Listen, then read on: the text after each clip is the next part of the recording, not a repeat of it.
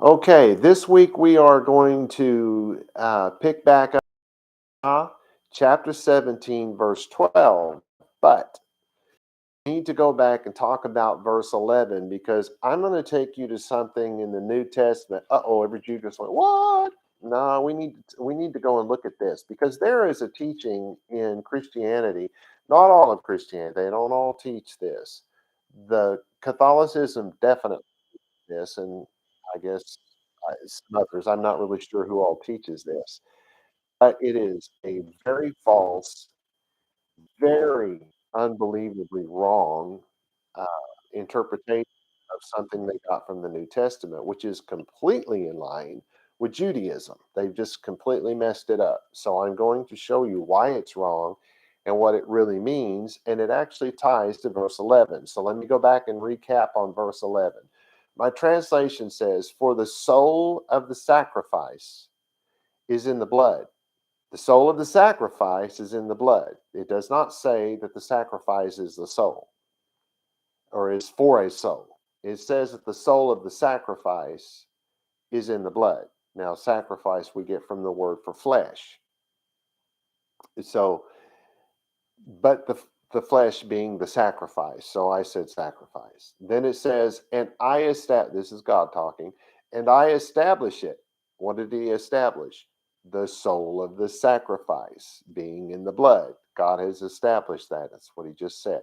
For you, I've established it, he says, for you on the altar to cover over your souls.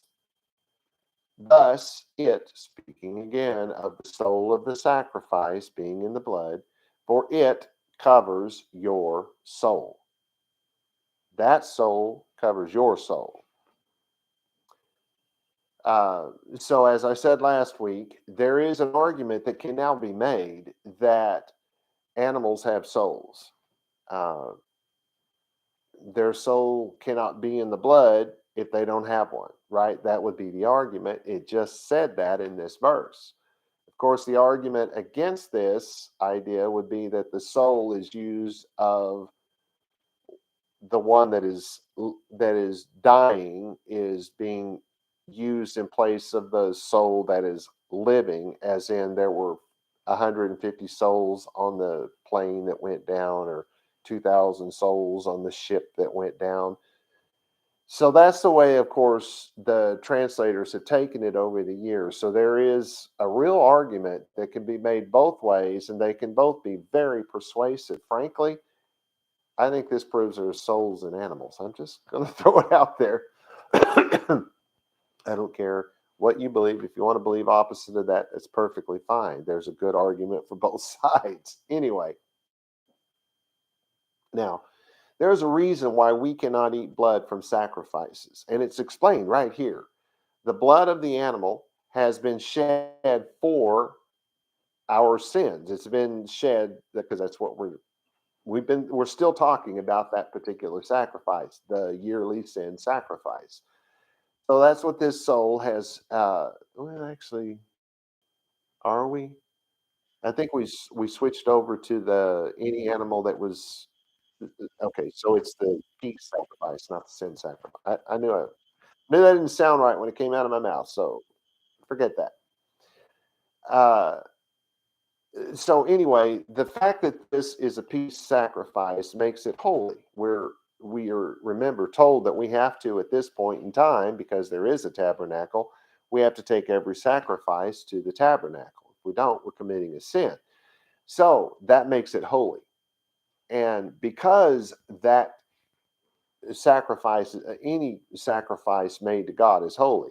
And so we cannot eat the blood of that sacrifice. Do you remember that from last week? At this point, we have learned that we cannot eat blood of the sacrifice. It does not at this point say that we cannot eat, like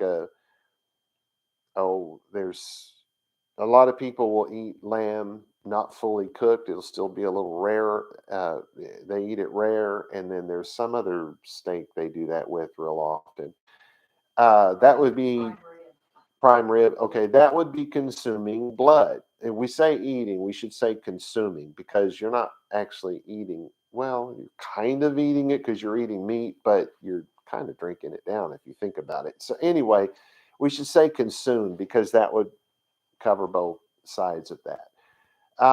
But this it's explained right here. This stuff is holy, and we're giving this to God, and it's covering our soul. So if it's covering our soul, then hello, you can't touch it. If you touch it, that will make it unclean. Because you guys get it? If we're unclean and we do this, then we make that unclean. So these are sacrifices, the part of the sacrifice that we cannot touch, that being the blood. Now, it may go on to say, by the way, it does, that we can't have blood of anything. But at this point, the only blood we're being told we cannot eat or that we cannot consume is the blood of a sacrifice. All right, so let's look at something, and I wanted to tie this into this thing from the New Testament. It's found in the letter they call Luke, chapter 22, and it's verses 19 and 20. This is my translation of the Greek text, not somebody else's. It says, "And he took the bread and blessed it and broke it and gave it to them, saying," and then I've added, you want to switch over to this, please? Do the pop-up window thingy. I'll keep you up. You should be able to just hit the run button, I think. Right here, I have added this metaphorically word, saying metaphorically, "This is my flesh, which is given for you. Do this," in other words, eat the bread, "in my memory." In my memory. That is very important.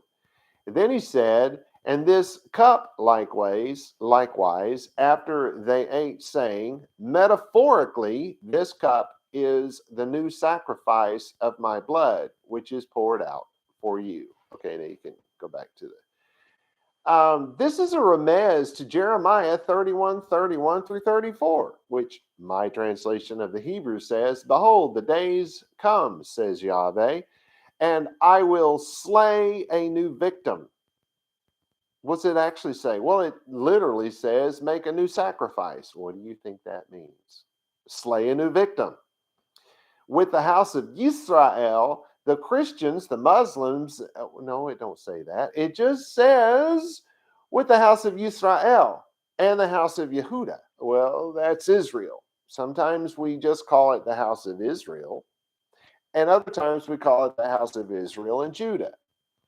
And that's just reference to the point in time when Israel split in half. Well, I shouldn't say in half. 10 tribes went one way and 2 tribes stayed where they were. And there was a split in Israel. And so they began to call it Israel and Yehuda, Israel and Yehuda. Israel and Judah is what they say now. That's all that's a reference to. So we're still talking about the house of Israel. Okay. Then he goes on, "Not like the sacrifice that I slew." Of course, what do they say? Old covenant. Old covenant. That's the old sacrifice. Because remember, in Hebrew, a sacrifice and a covenant are exactly the same thing. You cannot have one without a slaying. So the word slaying, sacrifice, and covenant can all be the exact same word. Do they always use the exact same word? No. Why? Well, because we've been taught. If you're at least as old as I am, you were taught all throughout grade school, high school, and college that you don't use the same word twice in the same sentence. The Jews did this. That's all throughout the Jewish Bible. The only reason why we use different words is to break up the monotony. Can I say it that way? It's to keep from saying the same word twice. So they do that an awful lot in biblical Hebrew. And no doubt they do that in modern Hebrew. I don't really know for sure. I don't do the modern very well because I've spent my whole life studying and learning the biblical dialect, so I don't do too terribly well with the modern. Anyway, it goes on.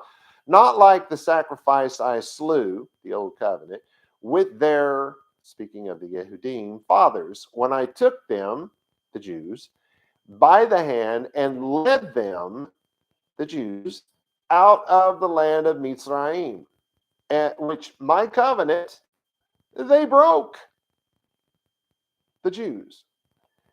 when I was a husband to them. God was it's compared to a marriage covenant. And that's what he means by this. When I was a husband to them, he was the instigator of this covenant. He saw it through. He took the whole burden of the covenant upon himself. So that puts him in the place of the husband in this case. And so he was a husband to them in the contract. That's what it's not showing that God's a man or something like that. That's not, you're not supposed to get that from this. But anyway, when I was a husband to them, so he's saying that this is an intimate relationship. He couldn't have been any closer. It couldn't have been more intimate than it was, and they still broke that covenant. Right in the midst of all that, says Yahweh, it goes on. For this is the sacrifice that I will slay. The new covenant is what the words literally say, but what they mean is this is the sacrifice that I will slay with the house of Israel after those days, says Yahweh. I will put my Torah in their inward emotions. Wow. And will write it on their hearts. And then yet the Christians run around saying, we're not under the law, we're under grace. Because they have a new covenant, because they have a new sacrifice. And here it is telling you that the whole point in the sacrifice is to write the Torah on your heart. What does that mean? Well, there's a difference. My wife and I have literally not seen our marriage certificate in probably 30 years, maybe more. It's been a long time since we've seen it. We don't even know if we still have it. But are we married? Well, no, we don't have it. How can we possibly be married, right? Are we faithful to each other? Well, why should we be? We don't have it in a marriage covenant. We can't even find it. No, you know better, right? I hope you know better. You should. I'm just saying. But I hope you're following where I'm going with this. Why are we still faithful to each other? Why are we still together? Why are we still in love? Well, the whole thing boils down to we're still in love, and we still take our covenant that where we said we would be faithful to each other and be with each other until one of us, sells the farm or whatever that thing, till one of us dies. And we're still that way. We're still faithful to each other. I'm not having any liaisons or whatever. I don't even know what to say. I don't do those things, and I know good and well she doesn't either. So we are faithful to each other. Why? Because it's in our heart. We didn't need that piece of paper to do what was right. We do what was right because it's in our heart. That's exactly what God's saying here. I'm going to put it in their hearts, because putting it on a piece of skin or chiseling it in a stone didn't do a bit of good. Do you hear it? So he's going to write the Torah. He wasn't going to get rid of the Torah. He was going to write the Torah on their hearts. And then it says, and I will be their God, and they will be my people. Because recall, at this point, God had separated from the Jews. Well, it's not really the right way to say it. The Jews had separated themselves from God because they had broken their covenant. And so he gave them their writ of divorce. Just read Hosea chapter, 2? It's right there. So the Jews who were once God's people were no longer his people. It's in Hosea chapter 2. If you haven't read that, shame on you. Read it. But anyway, that's where we know that the Jews became just another Gentile nation. They were just another nation who had no God. And so God also promised at the moment of their separation that he would win her back, that he would allure her with his words and his deeds. Because God's words and deeds have no separation. Ours may, but God's will never. If he said, let there be, there was. You follow? There is no separation between God's words and his deeds. Anyway, and they, speaking of the Jews, will no longer teach man to friend and man to his brother, saying, know Yahweh, for they will all know me. If it's in your heart, they will all know him. from the least to the greatest, from the youngest to the oldest, from the poorest to the richest. It covers all of that sort of thing when it says least to the greatest. Says Yahweh, goes on, for I will forgive their iniquities and their Torah rebellion, their sins, I will remember no more. That's the sacrifice that the Christians are using to say they don't have to live by the Torah. Holy smokes. Anyway, thus, the teaching that the wafer literally becomes the body of Christ is utterly wrong. That's the false doctrine. Moreover, the teaching that the wine literally becomes the blood of the sacrifice, in this case Yeshua, is not only wrong, it violates the Torah of God. And the New Testament letters say repeatedly that Yeshua never broke the law. It's in there. If you haven't read it, you're not reading it very carefully, because it's in there several times. I've read the whole thing, right? Because I've translated the whole thing. I know what it says. Anyway, Yeshua is not only, that's not where I should have started.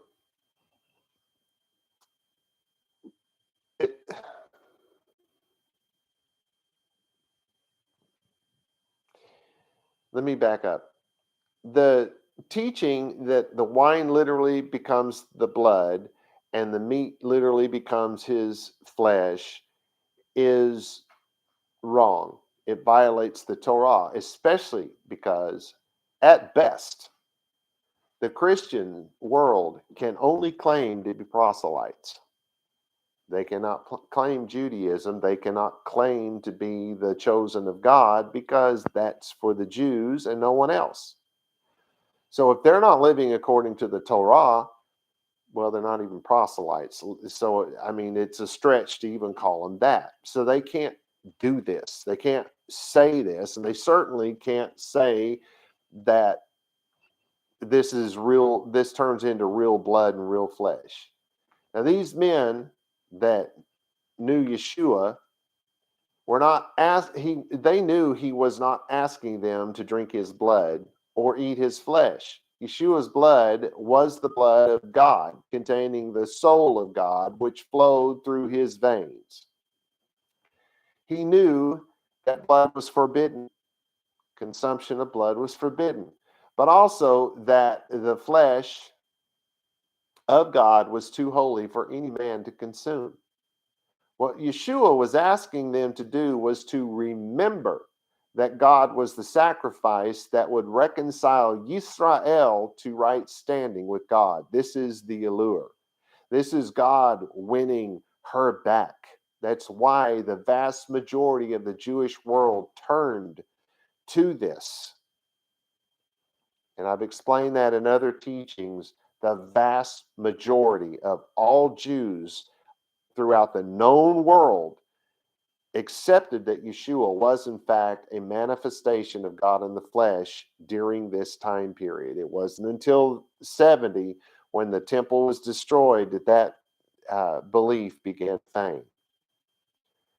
The blood of God is pure enough to keep Israel in right standing eternally. In other words, the covenant between God and Israel can never again be broken, no matter how sinful Israel may be at any given time.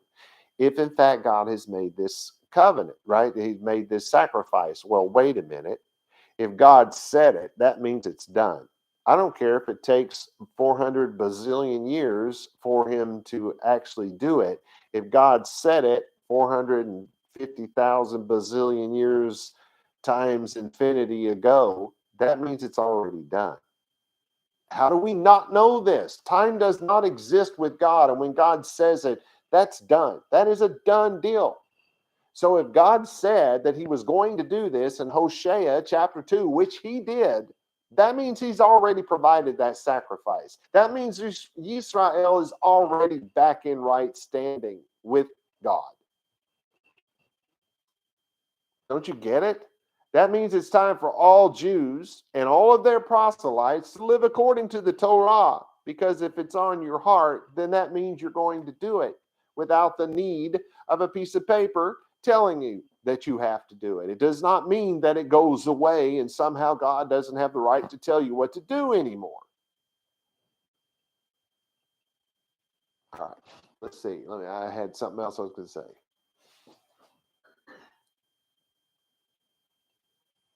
So I've said that it can never again be broken, no matter how sinful Israel may at any time be.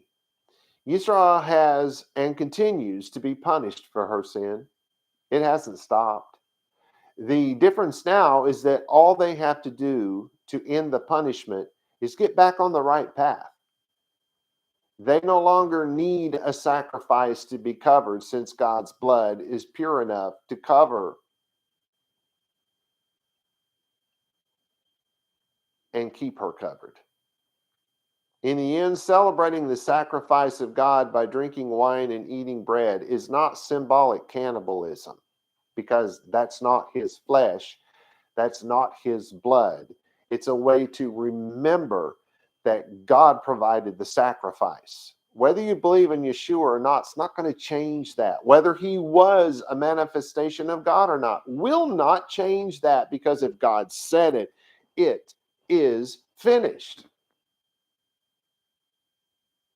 All right, let's move on. Verse 12, very literally in English, of course. Upon so said me to children Israel, also from you not shall eat blood, and the stranger that dwell in midst you, not he devour blood. Okay. There is something very important here. Upon so said me to children Israel. Does that have a kind of a familiar ring to it? And Yahweh said to Moshe, do you hear what's happening here? And Yahweh said to the children of Israel, subject, that's not the right word, topic change, subject stays the same. There's a topic change here. This is how we know, because if you just read through this verse and you don't know that that's a topic change, what you can't know is this saying that we can eat no blood of any sacrifice, or is it telling us, is this a continuation? Is this a repeating of what was previously said? There is no way for you to know that if you don't know the rule of grammar. And the rule of grammar is that the topic has just changed. It's like saying it's a bullet point under the same subject, right? Which I know those two words essentially mean the same thing, but I'm using them to separate. You have the bigger subject and, the bullet points for the different topics underneath that subject. I hope you guys follow what I'm saying. So what is happening here is that we are now switching to a bullet point. So this bullet point tells us that what we're about to read is a little bit separated from what we've already read. So what we've already read is that we cannot eat the blood, or consume the blood, I should say, of a sacrifice given to God. Now that we have a new bullet point and we're essentially going to hear the same exact words, this means we will never be allowed to eat blood. We have to fully cook our meat, in other words. Okay? So it says, Achan amarti. And that's where you get literally, upon so said me. So thus I am saying, and then it says, what's next after that? Libne, to the children, Yisrael. So thus, that's, that could be, that alone could have been, hello, here's a bullet point, because it's a summation, if you will. Or, well, it's not really a summation. Because it says, thus I am saying to the children of Israel, it's really not a summation. It's a separate issue that falls under this same category. Kol nefesh, so every soul, lo tachol, shall not consume. Sounds kind of funny in English, doesn't it? But No one's allowed to consume. Well, what are they not allowed to consume? Dam, blood. No one is allowed to consume blood. The Hager, not the proselyte, he's not allowed to. Uh, Hagar, that dwells, it's a root of really the same word if you think about it, but you got because it's the outsider dwelling among you.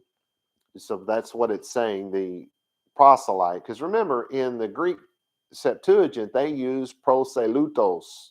You hear proselyte there? You should. Says the proselyte that lives betochem, in the midst of you, who lives among you. We would say among in English. Then it says, lo yochal, the same thing. You will not consume. What's the next thing? Dam, blood. So we've said it 2 times. What happens grammatically when you say it 2 times? It becomes more important. It's like putting an exclamation point at the end of your sentence because they didn't have punctuation back in those days. And so they said it twice to give you punctuation. So my translation is, therefore, I said to Yisrael, no one from among you shall eat blood, including the proselyte who dwells among you. They shall not eat blood. I think I left a couple of words out of that. So here we've gone from you should not eat the blood of a sacrifice because it says, I said to Israel, this becomes a separate issue. So it's not speaking about the blood of a sacrifice. Now he's just coming right out and saying you cannot eat blood, period, or consume it. All right. So that's how we know what's what here. Okay. Let's moving on to verse 13. Oh, I can't see it over there either. Oh, maybe I can see it here. Nope, can't see that. Golly, I'm blind. Okay, there it is.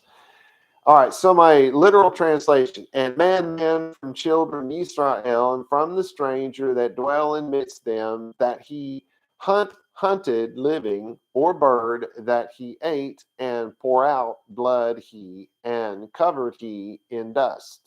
Okay. So this is a continuation of the same bullet point. It's not a new bullet point. Right. Okay, so it's ve'ish, ish. So and man. So you remember that's another man. It's really not an idiom, but it is idiomatically phrased when you say ve'ish, ish. So you're saying and man, quite literally. You got to realize, well, I guess that really is an idiom because we're saying you can be saying one to another, you can be saying another, or in this case, another man or any man. That's, of course, how we're going to translate it here. Mi b'nai, from the children of Christianity. Oh, no, don't say that. From the children of the Muslim. No, it says from b'nai Yisrael. Umim, and from Hager, and from the proselytos, their proselytes. Hager, who dwell betocham, among them. Literally in the midst, but among them. Now, Asher Yatzud Zaid. Okay, so this is important. Yatzud is to lie in wait for, especially to hunt wild beasts, to catch birds, to lay snares, metaphorically used of snares laid of men. Of course, you know that because it's a primitive language, you have few words, lots of meaning, where in a Western language like we have today, it's lots of words, fewer meaning, less meaning. Okay, then our next word is zaid. So this is the word for hunt, or in this case, it's past tense, so hunted. That's a grammar thing that almost nobody understands. Why would that be in past tense? It's fairly simple. If it's past tense, it means it goes away. If it's future tense, it means it goes on forever. Why would this go away? Because at some point you're going to be allowed to hunt and break this law? No, because you're going to die. Anyway, hard to explain some of these things. So, if this person is laying snares and hunting prey, and this is the word for hunting, uh, most generally used to food, usually that's what you're hunting for. But if you're laying snares of men, that would not be something you would eat probably. So, you see how it's not always used of that. But fundamentally, this is your hunting prey to eat. But then it says haya. That's living, life, that which is alive. Yes? So why would you hunt dead stuff, right? No. Why are we using living? Why is that here? Well, it generally has always been here. They use this terminology in Genesis as well, Bereshit, to say the name properly. But this is kosher. Because if you're a Jew or a proselyte, what are you going to be hunting? You're going to be hunting the living. What's the living? It's the kosher food. It's the food that you're allowed to hunt. You're not going to be out there hunting pigs because pigs are not living animals. But they don't use that language of that. The word living is put here in place of our more modern word kosher. So if you understand kosher is the stuff that God allows us to eat, then you understand what's happening here. So it's saying the living. Then it says, oh, oaf, or birds. Again, it's still assuming you know that these are acceptable birds, that you're not getting an owl or a buzzard or something like that, because we're not allowed to hunt those things. Because he's speaking only to Yisrael and the ger that are among the Israelis, right? The proselytes. That's all this law is for. It's not for anybody else. Oh, let's see, the Christians don't have to live by it. They do if they claim to be the people of God. If they claim to be living according to God's covenant somehow, they have to. This is God's covenant. There is no way out of this. And if you're not doing this, it's certainly not on your heart. This is you being completely unfaithful to your husband, right? Okay, so we have to know that these are kosher animals, birds and animals. Then it says asher ye'achal. So those who are going to eat those things, what does it say after that? Ve'shapach. So this is important. This is to pour out. So it's of taking a pitcher and say it's full of water, and you turn that pitcher over and you pour out that water. So this is a pouring out something liquid generally. I mean, you can pour out dust. If you put dust in there, it'll pour out. But anyway, et damo. So this is the pouring out of the blood. So what are we talking about? Idiomatically, we're talking about the shedding of the blood of this animal. You shed it before you don't eat it while it's alive, right? You kill it. When you kill it, you're shedding its blood. So that's what they mean by the shedding of this blood. Then it says vehi sahu. And that's, you got the to cover over, uh, to conceal, to hide something. It's used of those sort of things. Well, what are you going to cover it over with? Is this that word for covering, like of your sin? No, it's not. This is a word that goes with be'afar. That's the word for dust. You cover the blood that is shed by these animals with dirt. So, do you have to dig a hole? Well, that's not what it's saying. It probably wouldn't hurt to dig a hole, because where are you going to get the dirt to pour it over if it's hard as a rock like it is out here most of the time, right? I mean, wouldn't it be better if you dug a hole, put it in the hole, and buried the hole back with the dirt? I'm just saying, just think this thing through. God didn't give us the details. Why? Because, well, we're supposed to be smart enough to figure that out on our own. But anyway, you cover up the blood. So here's the translation. And any man, ish, and any man from the house, the Beit Yisrael, from the family of Israel, and the proselytes that dwell among them, who hunt for provisions, whether kosher animals or birds, that which he eats, he will pour out the blood and bury it. So we're not talking about people taking this animal to the tabernacle. So who are we talking about? We're talking about the people who live too dang far away. And a rule that can be applied for when there is no tabernacle, right? Okay. Moving on to 14. We're making pretty good time. I think we'll get through the end of this chapter today.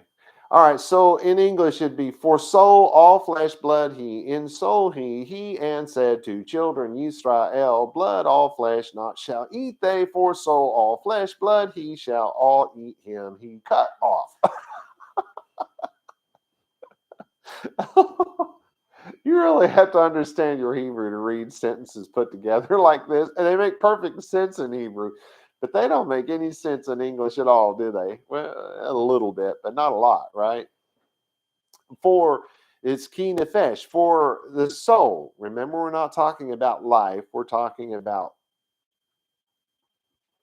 you, the thing, the part of you that lives on. For the soul, kol, for all the souls, basar, that's a word for flesh, but it's also the word for skins of an animal, right? Or even the meat is called the flesh, right? You skin it and then you eat the flesh, right? So that word is used of all of those things. And then it says damo, of his blood, or blood he more literally, the nafsho. So this is in soul he, so in his soul. And so far it's not making sense, but I'll pull it all together, I promise. Who, which means he or it, in this case probably it, va omar, and said, this is the word that's bearing forth to bring it to light so that you'll have some understanding. Libne, that's to the children, Yisrael. Then it says dam again, blood. Kol basar, all the blood of the flesh, all the blood that comes from these animals. Lo tochelu, you don't consume it. It's essentially saying the same thing twice. What happens? Well, you get the overview, then you get the detail. You follow what I'm telling you? That's what's happening here. And anyway, I was going to, anyway, I won't. Ki nefesh, for the soul. So we're either talking about the hunter or the animal that the hunter killed. It's one or the other. We'll figure it out here in a minute. Kol basar, of all the flesh. Damo, of its blood. Chiv, which is the feminine of it. Kol ocheliv. So everyone that eats it, yikaret, will cut himself off. Now I realize there's a lot of people that are going to disagree with me saying cut himself off, but the Torah is a book, is a scroll, if you will. It's a 25-foot scroll if you get one that has all 5 books in it. But the law itself is written to the individual. It is not written to the group. It is not a group thing. There is generally no way for me to know what you're doing, right? I don't know if you're having an affair on your wife or your husband. I don't know if you're eating your meat bloody and all that kind of stuff. How am I going to cut you off, right? It makes no sense. This is you cutting yourself off. You as an individual who has the Torah written on your heart. In other words, you love God enough to do what he says and let him be the God of your life and not you try to be the God of his life. You have to cut yourself off.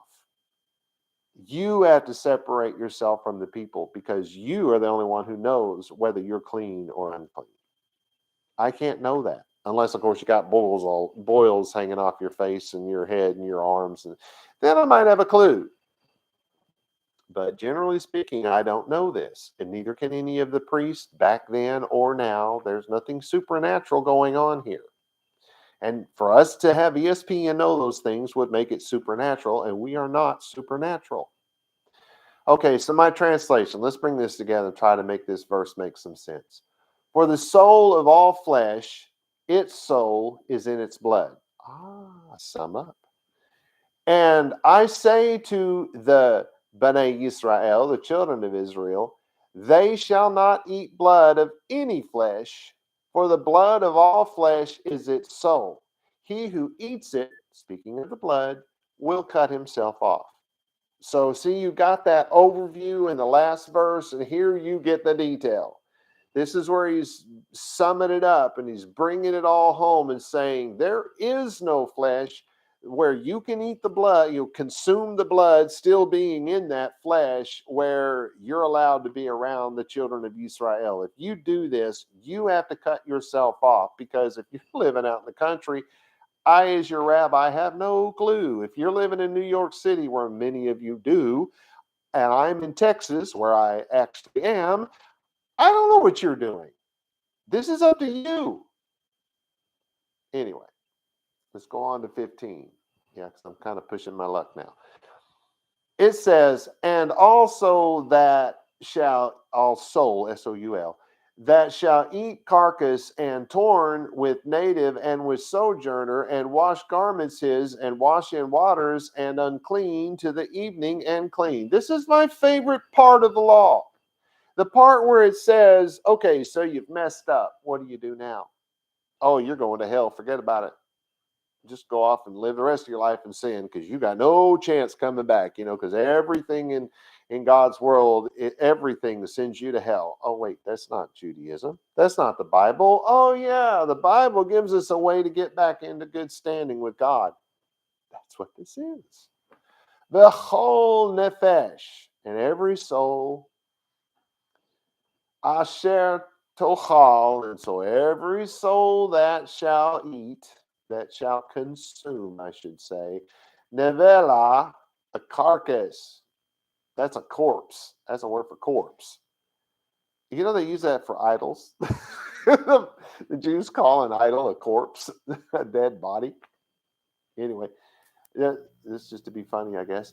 Uterefa, and that which is torn. So that would be an animal that you found it, maybe it's still alive, but its legs are missing or whatever, because the animals have torn it up and taken the part they like and left the rest of it laying there. So you find that and you're like, well, it's still alive and it's a sheep, so let's eat it. Or hey,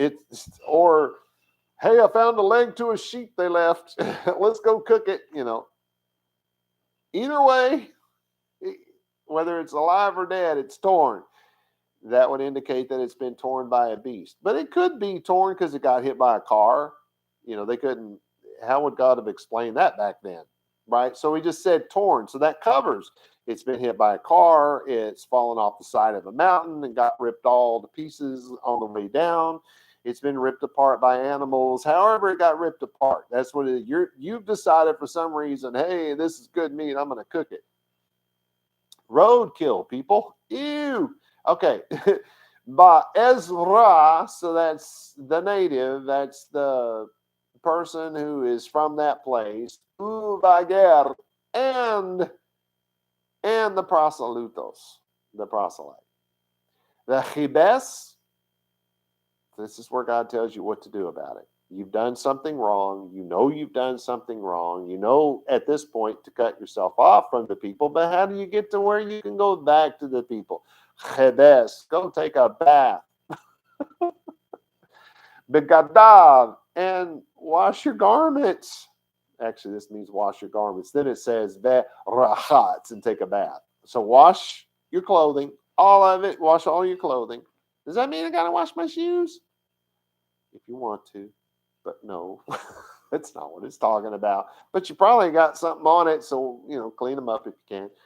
Anyway, wash your clothes and wash your body. Then it says, ba'mayim, in water, vetame, but you're still unclean, Ad, it says until. That's ad. In the Hebrew word ad means until. Ha'erev, until the evening. Ve'taher, and then you're clean. Wow. My favorite part of the whole law is that God knows that we're going to mess up. And he always gives us a way to get back in right standing. So now that you've separated yourself because you did this thing, well, whatever, man. It doesn't make you not a sinner just because you were hungry. It doesn't make you not a sinner just because you and your family were starving to death. You've still committed a sin. And so instead of going to hell for that sin, God says, here, look, this is how you get yourself back in right standing. This is how you can go and be a part of the people. And no, you don't have to be cut off for 40 years or 100 years or what. No, it's just until evening. If you do this, it's our translation. And every soul that eats a carcass or any torn animal, whether native or proselyte, whether you're already a Jew or becoming a Jew, will wash his garments and wash himself in water and be unclean until the evening. Until the evening, then he will be clean. And after that next morning, sun rises, you can go be among the people again. Because that's all you have to do to correct that particular wrong. That's the sum total of your punishment. All right, so now we get to our final verse. Yeah, we've got enough time. It's not a long one anyway. Then it says, in English, very literal, and if not he wash, and flesh he not he wash, and will bear guilty. Guilt he, not guilty. I heard that sound like I said guilty. All right, so ve'im, so and if, lo yechabes, and if he doesn't take a bath or wash, I get really is kind of to wash. Uvesaro, if he doesn't, well, I guess that is a bath. Okay, and if he doesn't wash his flesh, lo yerachat. Okay, so that's weird. They're saying if anything proves what I said earlier, this just did. They used the words backwards, right? Because I used one word in the previously for washing your body and the other for washing your clothes, and now they've switched them around. You follow what I'm trying to say? Two different words. One was used for washing of the body, one was used for washing of the clothing last time. Now we're using the word that was for clothing for flesh and the word that was for flesh for clothing. You follow what I'm saying? I'm right about this. We just use these different words. They mean the same thing because you give your clothing a bath, you give your body a bath. That's all that's being said here. So now it's saying, and anyone who does not do that, you have to do that. Venasa. Oh, wow. You're going to bear, you're lifting up, you're still carrying the weight of your sin on your shoulders. What would that mean? Well, that would mean that you can, until you do this, you cannot go back and be among your people. You can't go back to your synagogue. Because it says, what are you going to bear? Avono, your guilt. You're still guilty. There's nothing you can do to make this right until you wash your clothing and wash your body. If you do not do that, you are guilty, guilty, guilty. So we conclude with, but if he does not wash his garments and does not wash his flesh, he will be punished.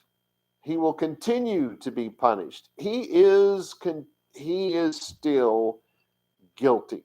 You can say it any of those three ways, and your translation will be correct. You will bear your guilt. It's still on you. So this concludes our journey through chapter 17. Shalom v'shalom.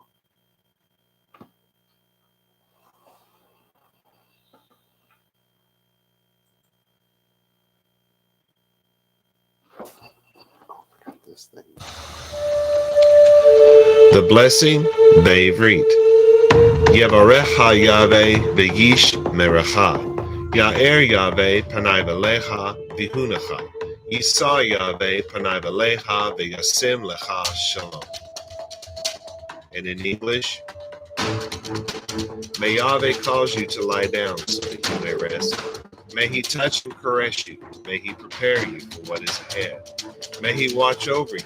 May he keep you from harm. May he cause goodness to grow in you and take away the bad. May he arrange your life and cause you to flourish. May he cheer you up and gladden your heart. May he cause his light to shine through you. May he show you tenderness, favor, and love in his presence. May he show you kindness and be delicate towards you. May he show you his generosity, mercy, compassion, and desire for you as it comes forth from the depths of his soul. May he lift you out of your pit and deliver you from the things that hold you prisoner. May he draw you to his chest and cast his eyes on yours. May he show you his love and desire for you as he cradles you in his arms. May he bear your punishment and pardon you of your sin. May he take you for his bride. May he establish a foundation in you. May he place his name on your heart and mind and make your body his temple. May you be his treasure. May you always be on his mind. May he draw you near and comfort you when you are afraid. May he assure you there is nothing to fear because he is with you. May you and all that concerns you be at peace because he is your friend. Amen.